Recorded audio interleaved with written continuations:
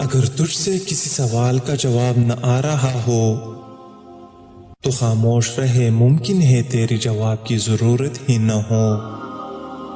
ان لوگوں سے ہمیشہ بچ کے رہو جو علماء کی تحریری توڑ مروڑ کر پیش کرتے ہیں۔ مجذوب کی کیفیت جہل نہیں، علم ہے۔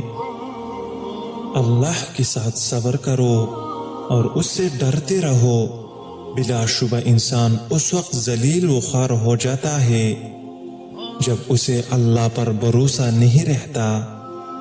نفس کی پیروی چھوڑ دو اور اس کی طرف اپنا رخ پھیر دو جو سچا ہے اور سچائی کی تصدیق کرتا ہے۔ اگرچہ سمندر میں گہرائی ہوتی ہے لیکن دل کا ساحل سب سے زیادہ گہرا ہے۔ جب وہ تجھے نہ دے تو یہی اس کی عطا ہے، اور جب وہ تجھے عطا کرے تو یہ اس کا نہ دینا ہے، تو لینے سے نہ لینا بہتر ہے۔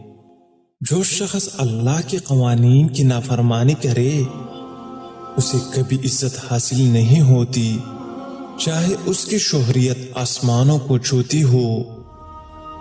جب بھی حضرت محمد صلی اللہ علیہ وسلم کا خیال میرے دل میں آتا ہے تو میں اپنے اعمال کا سوچ کر شرمندہ ہو جاتا ہوں۔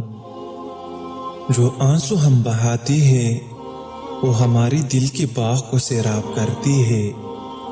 پریشانیاں تو آتی جاتی ہے اور آتی جاتی رہیں گے، تم بس اللہ سے امید مت ہارنا۔ انسان کی حفاظت دراصل اس کی موت کا مقررہ وقت کرتا ہے۔ اللہ کا حساب سب کے لیے یکساں ہے۔ جو بیج اپنی چھلکے کو اترنے نہ دے وہ کبھی بھی ایک پھلدار درخت نہیں بن سکتا۔ جس میں یہ چیز دیکھو تو سمجھ جاؤ وہ تم سے سچی محبت کرتا ہے۔